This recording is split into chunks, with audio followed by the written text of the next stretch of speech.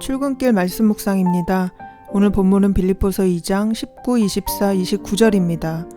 오늘 말씀은 바울이 디모데와 에바브로디도를 빌립보로 보내면서 어떤 생각과 관점을 가지고 있었는지 주 안에서라는 말을 통해서 확인할 수 있습니다. 19, 24, 29절입니다. 내가 디모데를 속히 너희에게 보내기를 주 안에서 바람은 너희의 사정을 알므로 안위를 받으려 함이니 나도 속히 가게 될 것을 주 안에서 확신하노라. 이러므로 너희가 주 안에서 모든 기쁨으로 그를 영접하고 또 이와 같은 자들을 존귀히 여기라. 바울이 디모데와 에바브로디도를 빌립보로 보내는 과정을 말하면서 주 안에서라는 표현을 3번 반복하고 있습니다. 이 말 속에서 바울이 가지고 있는 그리스도 중심의 사상을 발견할 수 있습니다. 바울은 지금 로마 감옥에 있습니다. 로마는 당시 어느 국가도 감히 대적할 수 없는 초강대국이었습니다. 바울은 그런 로마의 법정에서 미결수로 재판을 기다리고 있습니다. 그리고 바울이 보내려고 하는 디모데는 그렇게 감옥에 있는 바울 곁을 지키고 있는 동역자입니다. 그리고 에바브로디도는 빌립보로부터 로마까지 멀고 먼 길을 와서 지금 바울 곁에 있습니다. 그는 바울을 돕기 위해 왔다가 병에 걸려 죽을 뻔했는데 이제 겨우 회복되어 가는 중입니다.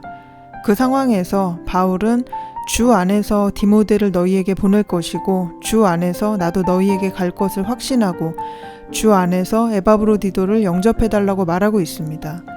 여기에 반복하고 있는 주 안에서라는 말은 빌립보서뿐만 아니라 바울의 다른 서신에서 수도 없이 쓰고 있는 말입니다. 이 말이 가진 의미가 무엇인지 생각해 볼 수 있습니다. 바울은 지금 자신의 앞날을 장담할 수 없는 상황 속에서 내가 너희에게 가게 되면 가고 아니면 못 갈 수도 있다고 말해도 그 누구도 뭐라고 할 수 없습니다. 더욱이 바울은 지금 자신이 선택할 수 있는 여지가 전혀 없이 재판 중에 있고 죄수로 묶여 있습니다. 그런데 바울은 세상을 삼켜버릴 것 같은 로마 제국 앞에서 오히려 주 안에서 생각하고 바라보고 판단하고 있습니다.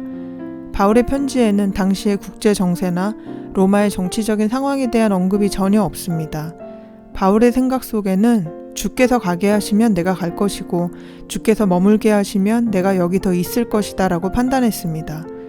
이것은 그리스도인으로 내 삶의 주권자가 누구인가 하는 의미에서 중요한 고백입니다.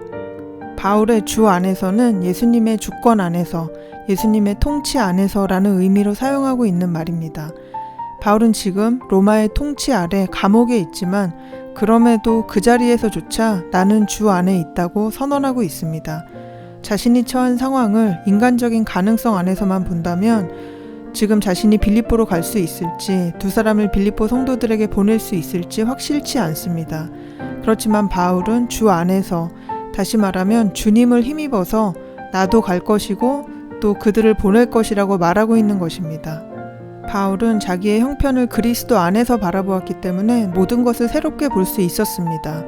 재판 결과에 따라 죽을지도 모르는 상황이었던 바울이 그 속에서 소망과 기쁨을 잃지 않았던 이유는 그리스도 안이라는 관점 때문이었습니다.